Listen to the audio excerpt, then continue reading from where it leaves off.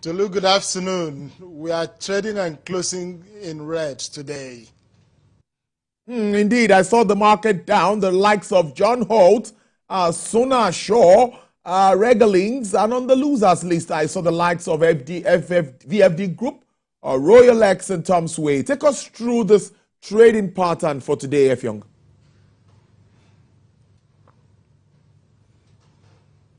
In fact, so many of the big companies were down. You take from Wando, Dangote Sugar, Sterling Bank, FCMB, Afri Prudential, so many of them. We have seen investors, coming into us as stockbrokers to go into their investment portfolios to take profits for them, so that they'll be able to take some money out of their investment, occasioned by the rising prices that we had in the market in the last 2 weeks, which pushed up share prices in many of the sectors, especially the banking subsectors. And so some of them are cruising back to their banks, smiling to their banks, and taking profit from their investments. We know how many of our shareholders of Aradel Holdings were able to sell huge holdings that they were having and then making profits out of that investment. The same thing with the banks. And so we see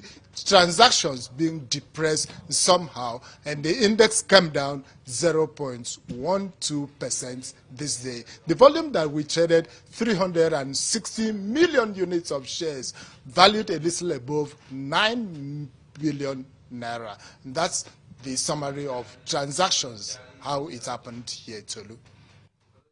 So I would not say I want the market to stay in red, but do you see this market, this trend changing to the other side?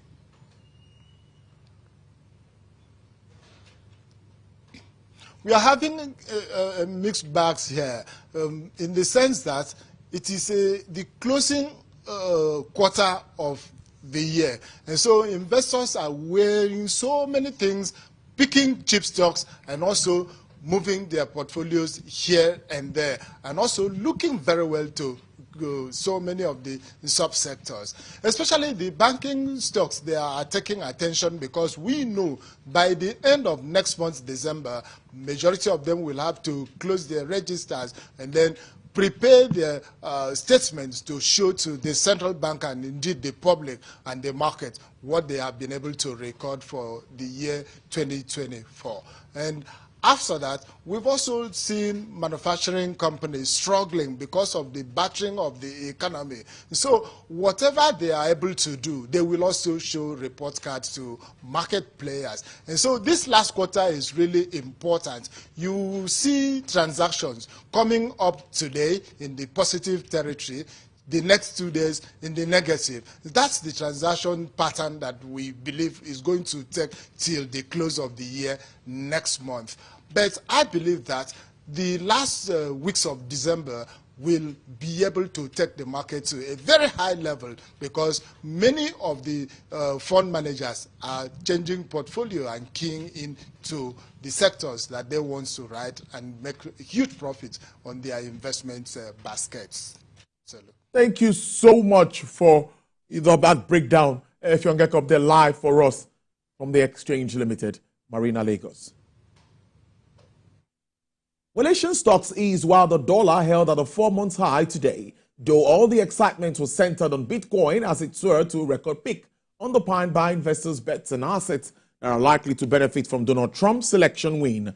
Investors anticipate Trump's second 4-year term in office would bring equities boosting tax quotes and looser regulations, lifting the world's biggest and best-known cryptocurrency, Bitcoin, to an all-time high of $89,637.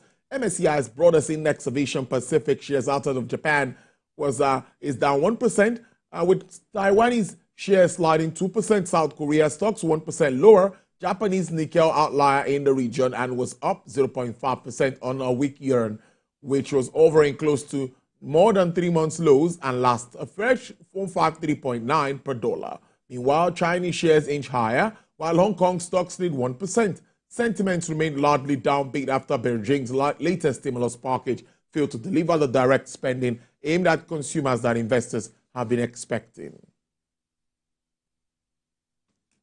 Dutch courts today dismissed a landmark climate ruling against Shell after the oil and gas giant was ordered to reduce its global carbon emission back in 2021.